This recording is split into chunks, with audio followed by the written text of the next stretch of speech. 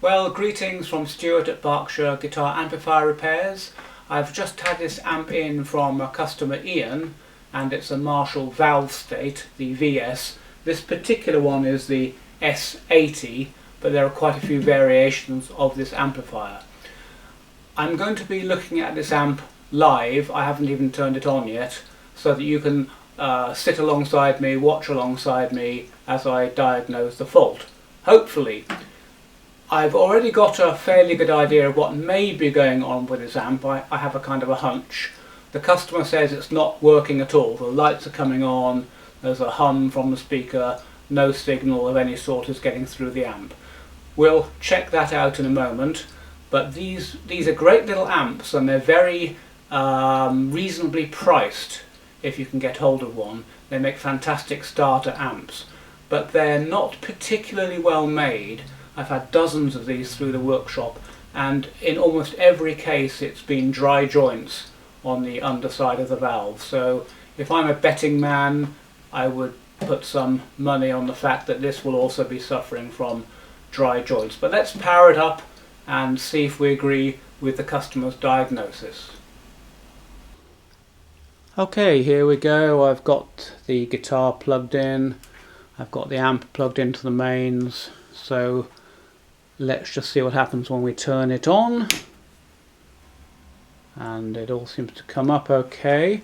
The first thing, I'm just going to check whether the logic is okay. In other words, have we got all the voltages? So if I press this, we should have a red LED come on. Oh, we do, that's good. And one over here, I think, is that the one? Yes, that chorus one. I think it's got some digital effects, this amplifier. There'll be a small board inside, packed with surface mount microprocessors and such like, but this tells me that the logic voltages are working okay. I can't remember what it is on this amp. It might be plus or minus 15 volts or something, but that looks okay. And I can hear a faint hum from the speaker. Let me see if you can hear that too.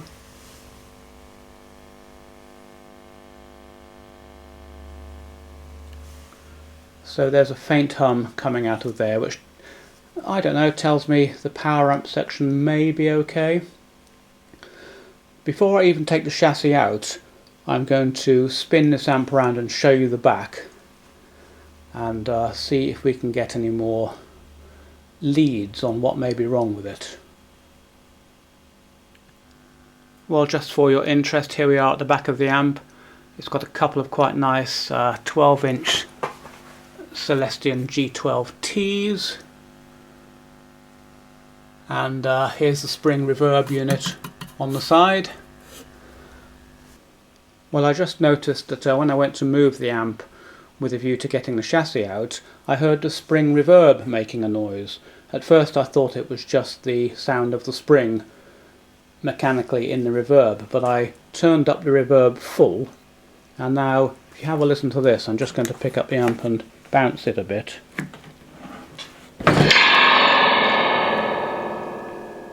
Well, there's no mistaking that. That was the sound of the reverb spring coming out. Now that tells me a lot.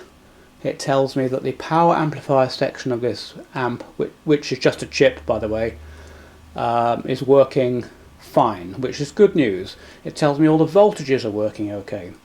This will be a problem at the front end here. It might even just be this input jack socket has come unsoldered from the printed circuit board inside. But what I now can do is to inject a signal from my tone generator into the effects return here. I fully expect that to work and to come out of the loudspeaker. Okay, here we are. I've got my tone generator set up over there, giving out a signal onto this plug. And if we plug it into the left return, this is a stereo amp. I think that's why it has the two speakers. Don't quite know what that means if you're putting a mono signal in, but there you go. So when we plug this in here, hopefully we will hear the tone. I fully expect to. There we go. The tone's coming out there, and put it in the right one too, and that's working as well. So both, I think it's got two audio IC power amplifier chips in it, one for left and one for right. We'll see when we open it up. I've worked on dozens of these, but there are lots of different models of them, and I never can remember from one repair to the next which particular valve state is which. So that's working okay, just as we expected, and I will just check now that the main signal isn't working. So if you remember, I told you these can get very dirty, and that would be a lovely fix if it was simply that. So we'll unplug this and we'll plug a guitar in. Let's reach down and get the jack. We'll plug that back in there. Strumming the guitar. Nothing there at the moment. That is very dead. It's all up full. I'm just going to grab myself a dummy jack plug with nothing connected to it, and working them in and out of these sometimes just gives enough cleaning on the contacts to make that work, and it certainly will diagnose the problem. So let's just work that in and out a few times, and work this in and out a few times.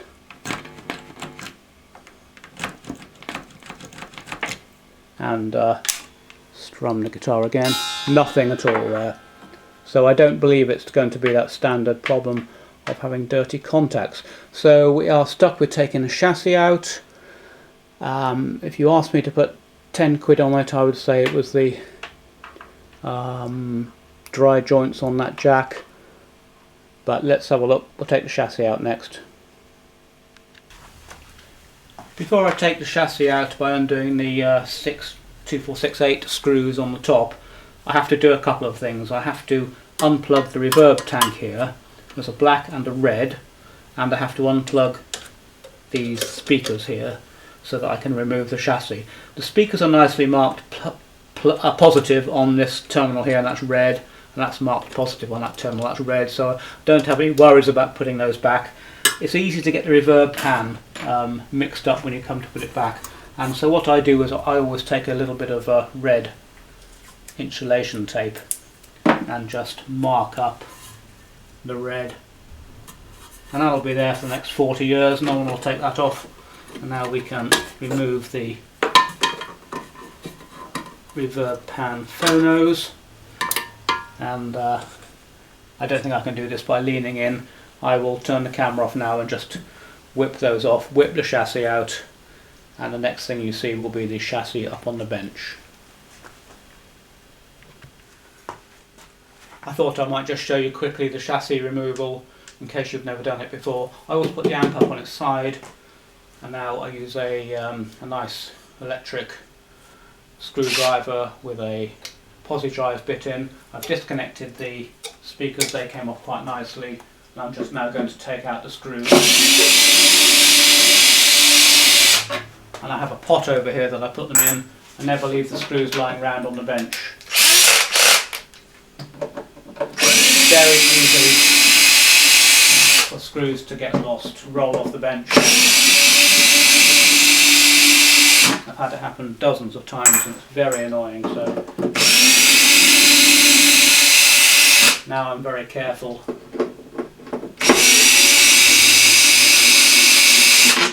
And put them in a pot.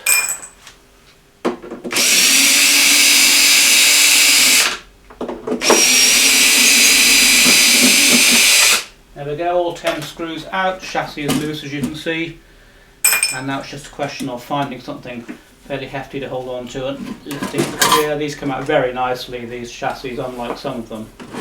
Half the job can be sometimes getting the chassis out. He says. This one's got stuck now. There we go. There we go. And out she comes. I'll get it up on the bench now and we can have a look. And here we are topside with the amplifier chassis removed. Let me just point out a couple of things. A little look along the unit really.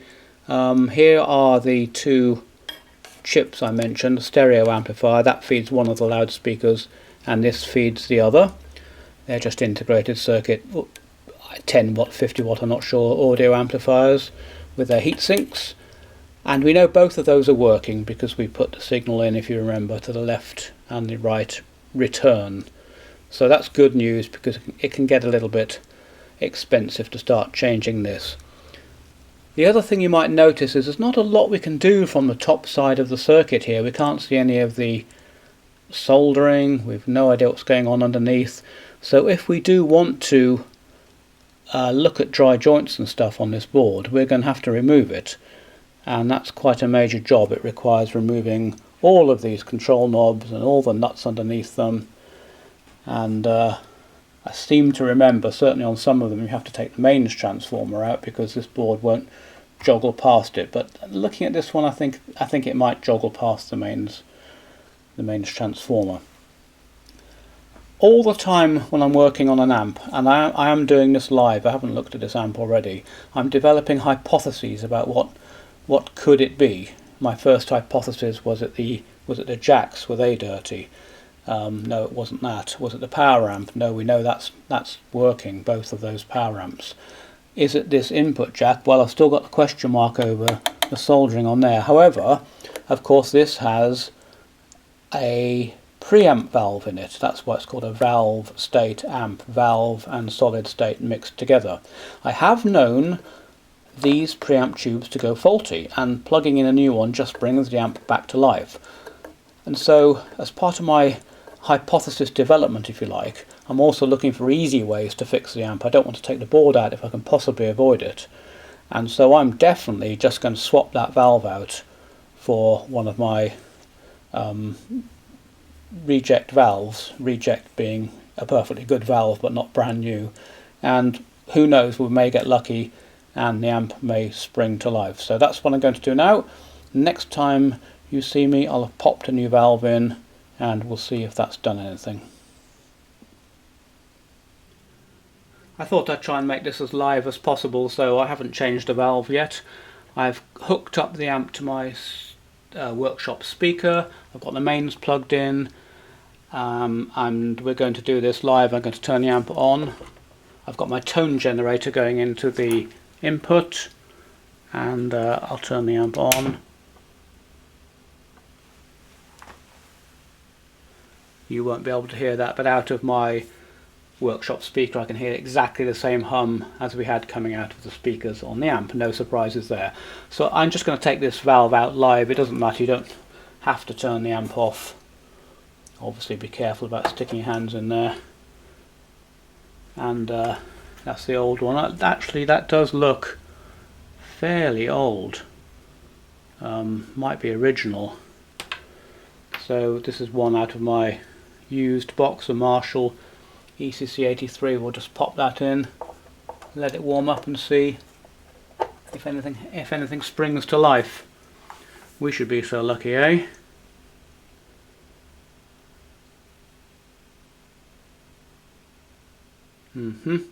Not looking promising. I would have expected to hear something by then. I can see the valves glowing. You won't be able to see that from your viewpoint. And there's absolutely nothing coming out here. Nothing. Not good. Right.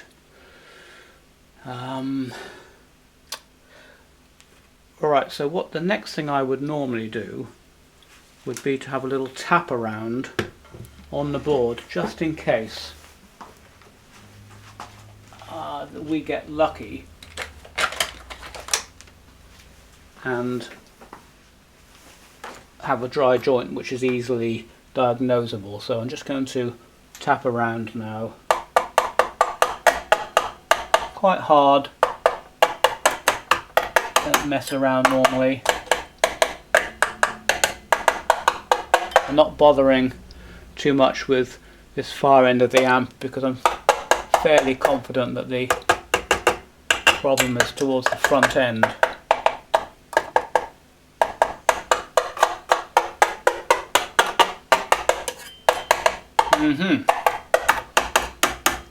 We're not getting lucky with a quick fix here. I'm also flexing the board near where this input jack is, and that would normally highlight that problem. The sound would come and go.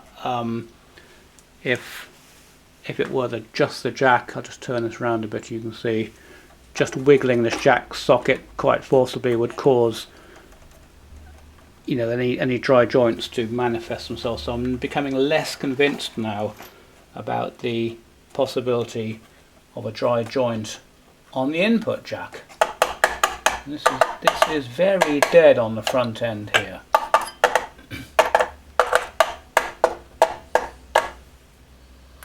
All right. It's not going to be an easy fix, this.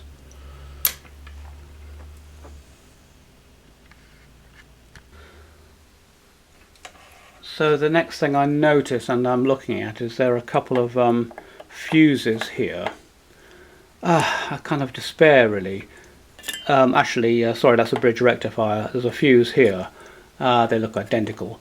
This is a soldered in fuse. I mean, the mind just boggles, really, why you would put a fuse in a circuit which, if it went, you have to completely strip the amplifier down and put a new part in there, rather than just having a little clip-in 1 penny fuse. I just don't get it. Anyway, I suppose it's possible that fuse is gone. Not totally sure. What I'm going to do now is, I've got the voltmeter set up on 200 volts. I'm going to just measure the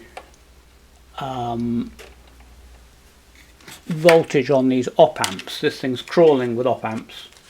They do go faulty, but if none of them have got their proper voltage, then we're in trouble. So let me just stick my head in here and have a look. I don't even recognize that part number, but anyway, it's almost always the case that pin 4, 1, 2, 3, 4 is 0 volts, and pin 8, 5, 6, 7, 8 is positive volts.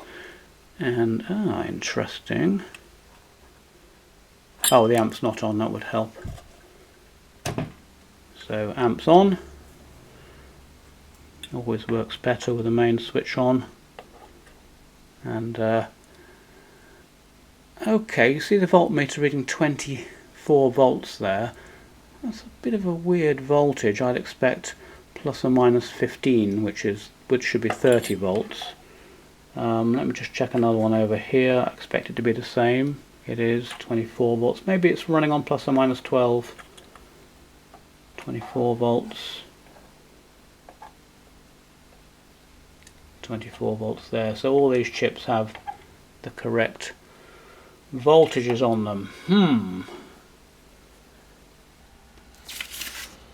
Well, I don't know how much detail you're interested in here, really, but these op-amps are, they're strangely marked, but they are actually TL072 dual op-amps, so you get 2 op-amps in each package. No surprises there. Here's a quick sketch of what it looks like. Here's the first op-amp, there's the output on pin 1, pin 4 is ground, pin 8 is positive. Here's the second op-amp, the output is on pin 7. Inputs on 5 and 6. So I've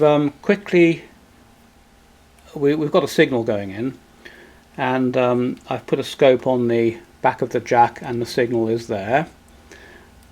I would imagine, you can just about see it there, that this is the first op-amp stage, because it's right next to the input jack, and it would be strange to take the signal off over here somewhere to start to amplify it. So I would expect to see, you might say at this point, go and get the schematics, Stu, and of course I may have to do that, but I only get as involved in an amp as I need to at a particular stage, and if I can fix it without taking the entire board out or looking at the schematic, then that's what I'll do. But I'm getting close to doing both of those two things.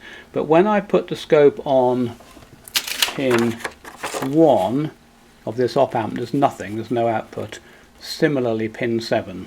So there's no output from this first, what I believe to be the first op-amp, even though it's almost certainly connected pretty much directly to the input jack.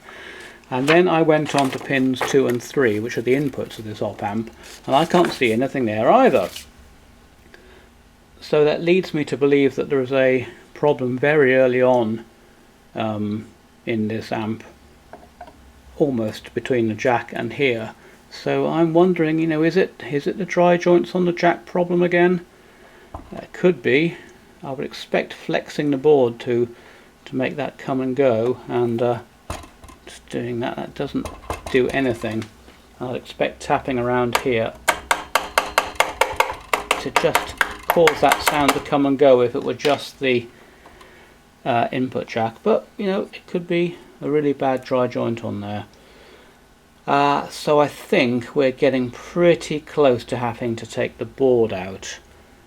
That is not very easy on these amps. Well, anything to avoid taking the board out, I just thought of another little thing I can do. So here's my signal generator. I've just crock clipped onto the end, and I've got a capacitor hanging off the other end of the crock lead.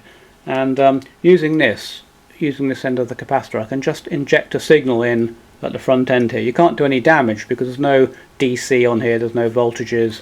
You're just injecting a signal, and if by injecting around here, I hear the tone come through, will be even closer to thinking it might be this input jack. So I'll do that now live. I haven't done it yet. Let's see. The amp is on. Everything's turned up. Let's just literally have a play around. So I'm going right on the input of the op amp here. We should definitely hear that. Go on the output. Nothing. I think this is the reverb chip here. If so, we should hear this because we know the reverb's working. It's all suspiciously quiet, this. What's going on? Let's try coming in.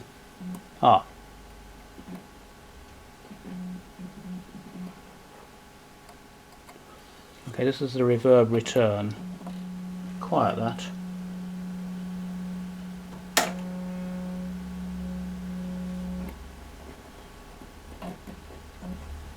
Let me just make sure the reverb's turned up. Yes, that's turned up loud. I would expect that to be louder than that. I mean, it's there.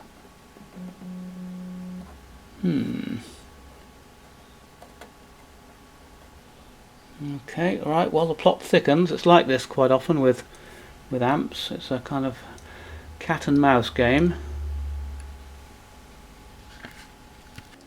Okay, I've made a little bit of progress, not much. I found out that the master volume control was very dirty, and I was kind of fooling myself about what level I had on there. You can probably hear the hum. It's a lot louder now from the amp. That was really dirty, so that wasn't the problem though.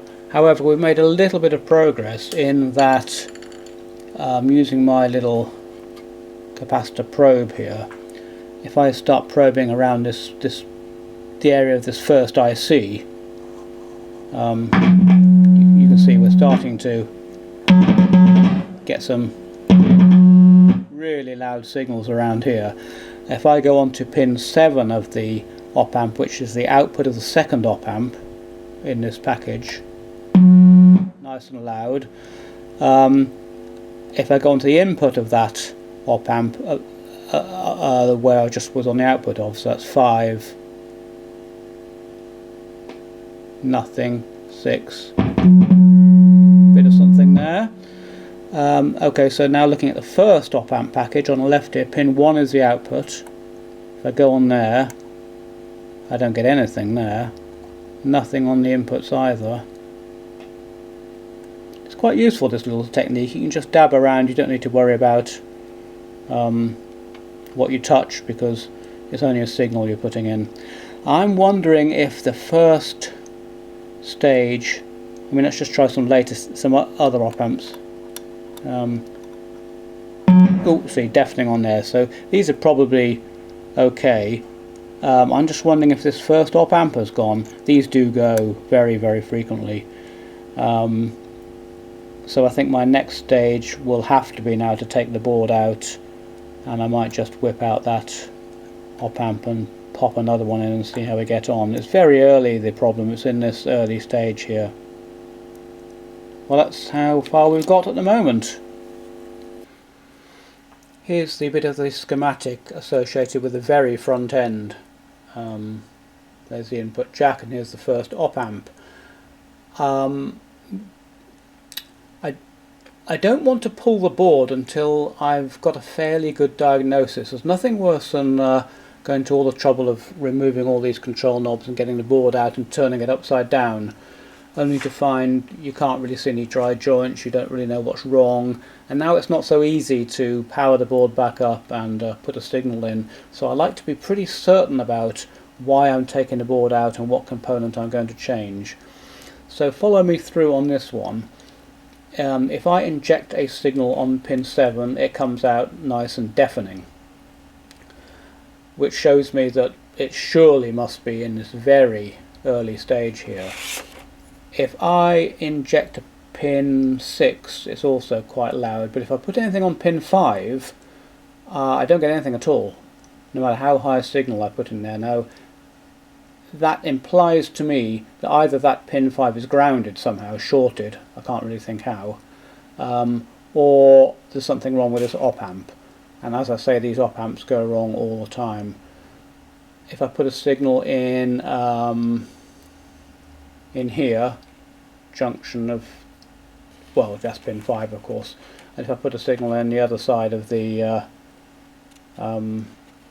capacitor, or I don't get anything either. If I put a scope on there, because I've still got the signal generator plugged in, I can see the signal here. So we've got signal here. So it's not the jack socket pins with dry joints, I don't believe.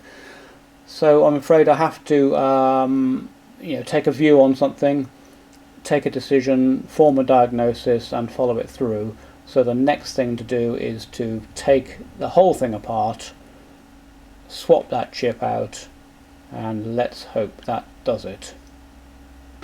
Right, that didn't actually take too long to get the board out. Sorry about the racket in the background. This is my fantastic Duratool solder sucker. Brilliant piece of kit and very reasonably priced. So I did manage to get the board out. It just about cleared the front here without taking the mains transformer out. And I haven't got great access, mainly because of these speaker wires here, which I could take out, but I think I can gain access to the chip in question, which is this one here, without doing too much more. So I'm going to use my solder sucking tool to clean these pins off, whip that chip out, pop in a new one, and I'm hoping I'm going to be able to test it without putting it back in. In the chassis. So I'll do that now and report back. Well, here we are, moment of truth. I swapped that chip, went in fairly smoothly. I don't really want to put the board back in, only to have to take it out again, so I've just got it propped away from the chassis on a piece of foam rubber and having a little check around, make sure nothing's shorting out. There's one set of speaker leads, and that's going to my speaker. And of course I want to check, so you've got to be careful here. Here's the other set of leads. I don't want those to be shorting either to each other or to chassis, otherwise they really do want, look at that, it really does want to get together with the other one, doesn't it? Oh dear. This is quite spooky. I wonder how much I separate these, eh? Look, see, they're gravitating towards each other. Stay, stay. Okay, that's safe, I think that's fine. What else? I've got guitar plugged in case we get lucky. Volumes set to kind of medium. I'm quietly optimistic here, just because the diagnosis was so thorough. I don't really see what else it can be apart from that chip. Anyway, let's turn it on. Hope we don't blow up anything. Ah, now that sounds different. Have a listen to this. I can hear that chorus sort of going through. Well, let's strum the guitar, what the hell. Oh, whoa, whoa, whoa! Aho! Awesome! Well, that I'm absolutely punching the air with that, because I've been a couple of hours at least on this amp, and to get a nice fix like that is absolutely brilliant. Channel select. I'm looking at the front to see which is the channel select. It's the second one along. It's this one here. So let's make sure that channel works. Actually, that's not sounding terribly promising. Oh yeah, that's alright. Okay, that's the crunch channel. Whoa, screaming overdrive. That's all good. And my master volume pot has cleaned up a bit. That's a bit scratchy. I suspect this hasn't been used for a while, this amp actually. No, they're all good. That's great. Well, that's a fix, and I'm pleased about that, because I did do this live, and it shows you the diagnostic process. It's just step by step. Come up with an idea, see if you can prove it. Try the simple stuff first before you have to get oscilloscopes out and signal generators and circuit diagrams. But eventually I had to with this one, and then using that signal injection method, we just diagnosed that it must be that very first stage. And I do know those dual op amp chips go all the time, and so I popped one in, and there you go. There's the offending item there. Harmless looking thing, isn't it? And that's the old one, which I'll chuck away. Good. Well, I hope you enjoyed that as much as I did. It certainly gives me a great thrill to fix an amp like that and to save it from landfill. And I love the diagnostics process of gradually narrowing down and honing down on what the problem might be. And then when you swap the chip or do the fix and it all springs to life, it's a great thrill. Well, I'm going to give the front panel a bit of a clean with foam cleaner since I've got all the controls out, and I'm going to put it all back together, and I'll show you the amp finished in a minute. Well, here we are with the amp back together. It was a right little pig to put the chassis in. I had to remove the speaker connections to get it in. It just wouldn't joggle past that mains transformer on the way back in. So it took me best part of 45 minutes to put the amp together. Here we are now though. Sounds pretty good. That chorus is quite nice, and it's not done digitally, it's done analog. Where are we? We're on the clean channel, bass, treble, reverb works well. There we go. And the dirty channel, bit of overdrive.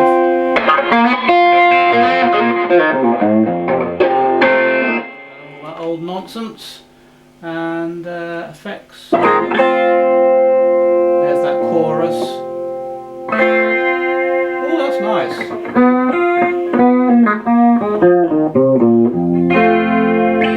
That sounds lovely.